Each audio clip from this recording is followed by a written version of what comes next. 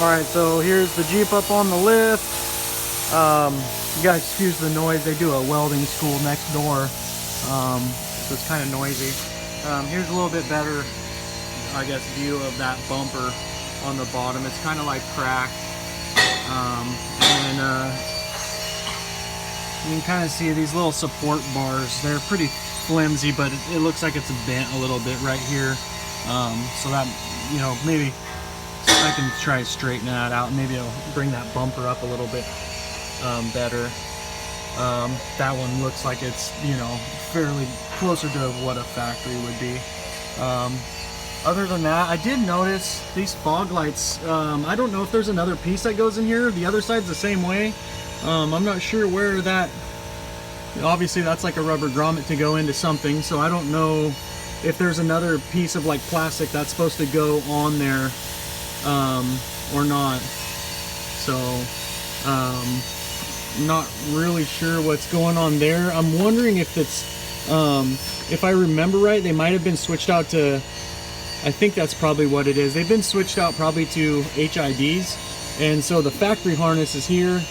Don't quote me on this because I'm not 100% sure, but something's just kind of hokey right here with that, obviously. And here's the other side. Other than that, it's got, you know, doesn't look. Here's the frames and the subframe on the bottom. A-frames and don't look all jacked up.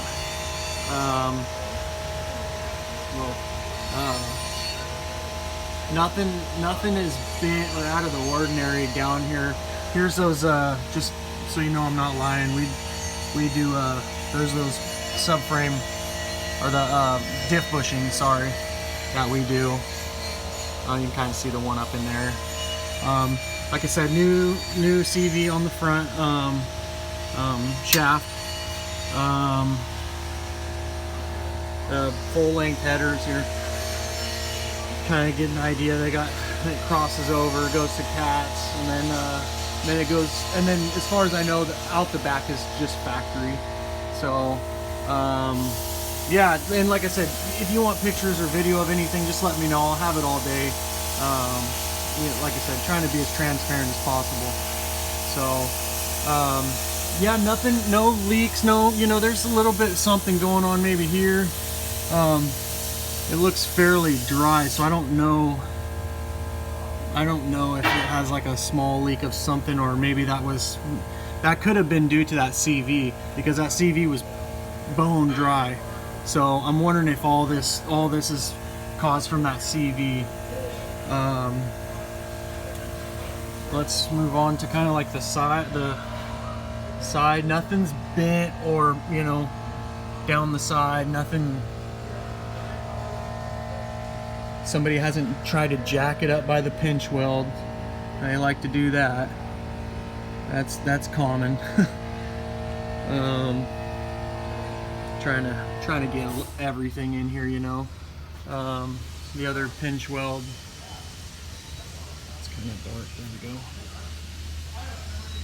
go. No, you know, like I said, nothing that I can tell of as far as, you know, being hit on the bottom. The frame isn't all dented up, or you know, nothing really, you know. Now we're getting the sun out, so all the glare.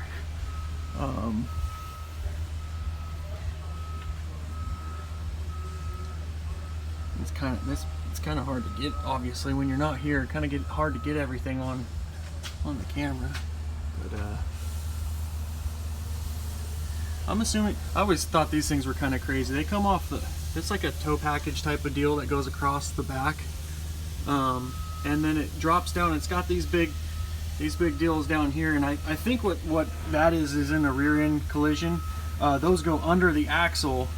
Let's see if I can back up. Those go under the axle, and I'm assuming that's basically so it keeps everything from going up into the cabin if you've got children and whatnot in the back seat. So that's what I'm assuming those things are for. But you know, if it was rear-ended, I would think that those would be all crumpled up and, you know, smashed up. So not to mention they've got the sway bar mounted to them.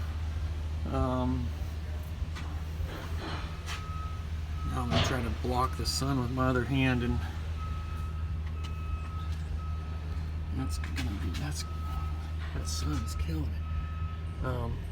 But yeah, nothing, like I said, there's nothing that I can tell structurally, you know, bent up or you know, try to get banged up. Nothing really that I can see that's out of the ordinary. So it's definitely weird to me that it would have an accident. I mean, I guess it's not weird, but I'm curious if it was from that front bumper. That's, to me, is the only thing that I see that's been really messed with, or you know, that's kind of banged up. So yeah, I don't see anything, and like I said, it's drive straight, no, haven't had any problems with it. On my ad, I did say that I replaced both lower A-arms, which is kind of halfway true. I didn't actually replace the arms. I replaced both the inside bushings, this shock bushing, and the ball joints. And if I had to do it over again, I would not do that. I would just buy new arms, because that was a pain. that was definitely not fun. So I didn't actually replace the arms. It was, yeah, I pressed out all the bushings, and that was a pain. So yeah, other than that, let me know if you want to see any more pictures or video of anything.